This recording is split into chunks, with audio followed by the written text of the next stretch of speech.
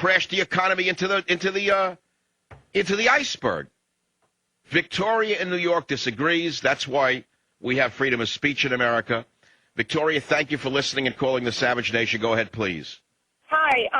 Listen, I listen to your show as much as I possibly can, and I almost always agree with a lot of what you say, but I just want to disagree with you on the whole bailout because there's so many more facets to it than you're saying. I mean, Goldman Sachs and Morgan Stanley were more victims of what Lehman Brothers and Bear Stearns did, which was have a ton of these fraudulent bad loans on their books, and they were mismarking them. They were marking them much more than they were worth. And Goldman Sachs, for example, has everything marked correctly, but because of everything that's happened throughout the whole financial sector, everyone's pulling. They are doing a run on the bank. And Goldman Sachs... Wait, let's slow down. Wait a minute. You're saying that Goldman Sachs and Morgan, the two survivors of the Big Five, are the victims? You're not saying the people who went out of business at Bear Stearns are the victims? Bear Stearns and Lehman Brothers were completely mismarked, and what that means is these financial institutions mark their books daily where they should be worth. And when these loans started to fail, Well, hold on. How do you know this to be a fact? I'm in the business. I used to be in the business. My husband's in the business. All right. Well, let me say I take you on your word, even though I have no reason to do so. Why has there been no arrest of the leading figures at at Lehman and Bear Stearns? Why are they not under indictment? Why are they not in the tombs right now in New York City? They will be, but they have to be investigated by the SEC. Oh, what do you mean they will be? They just pulled off, you say, cooking the books, and you're telling me they're still running around with their Rolls Royces and the Greenwich houses and the Swiss castles? Why is that? Why are they not in prison? Or under indictment? Let us say under indictment, investigation. Where is that going? Who's investigating them? Chris Cox? Chris Cox let him get away with it. Explain to me, since we're friends, not enemies, how they got away with this so long. Who was overseeing them?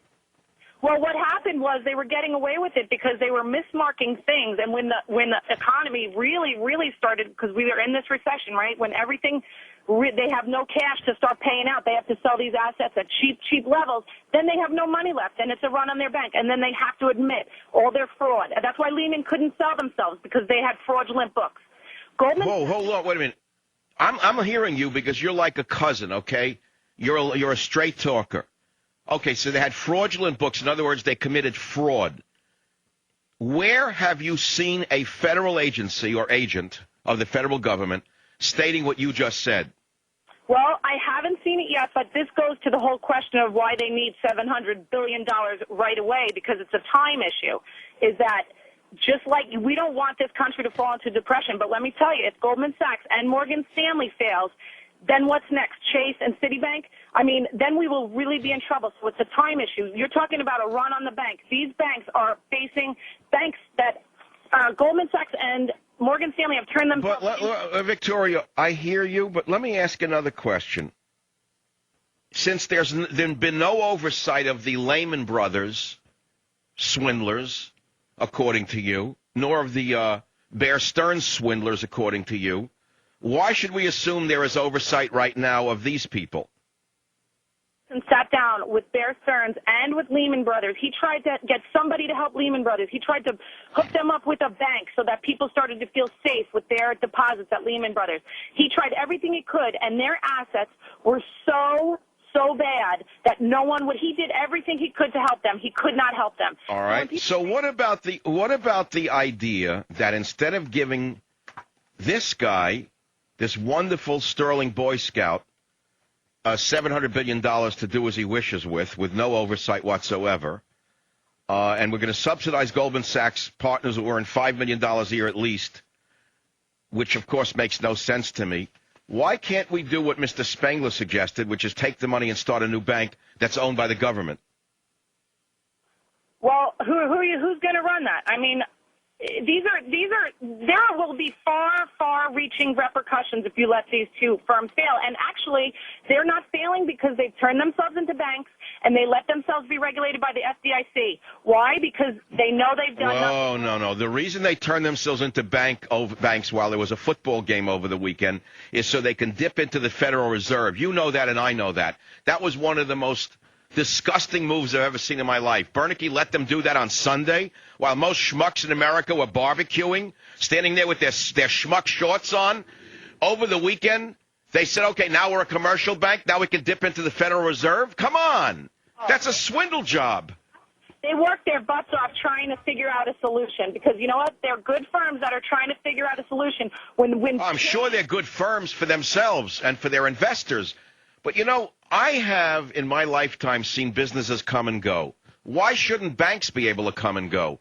Why shouldn't the bank that made bad bets go out of business? I really don't know this. It's a shame that you're making all these stupid statements because you're ignorant on this. Sorry. I can guarantee you that I'm worth more than you are. I can guarantee you my net worth is 10 times greater than yours is. So don't assume just because I'm a talk show host I'm poor. Don't make that assumption. I don't work for MSNBC. Judge people's mentality on how much money they make. My father. Oh, you don't? Then why are you turning your trust to Mr. Paulson? What trust should you give him? What is it based upon? That he's wealthier than you? You look up to him like he's a demigod. On what basis do you trust this man other than his wealth? I know he's trying to not put this country in a depression, sir. That's what's going on. How do you know that? Know it for a fact. Trust me. Well, I don't trust you. You're just a voice on the radio. We don't know who you are. I suspect you work for Goldman Sachs. Thank you for the call. They always assume that a talk show host is a poor schmuck who doesn't make a living. They confuse us with newspaper writers. They confuse us with college professors. But I can guarantee you that that's not necessarily so.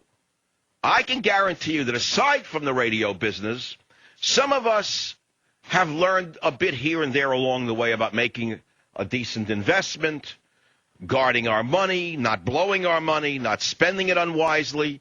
We've studied sufficient to know how to run our lives, and we've done okay. Don't assume that we're poorer than the guy sitting up there on a pedestal. In fact, the guy on the pedestal belongs in jail, in my opinion. I would like to see some of these guys imprisoned instead of giving pompous speeches with I'd like to see them in a pair of handcuffs being given the perp walk, and I'd like to see forensic accountants put in instead of them. I'd like to get rid of them. I want them out of the picture. These are the guys who ran the ship into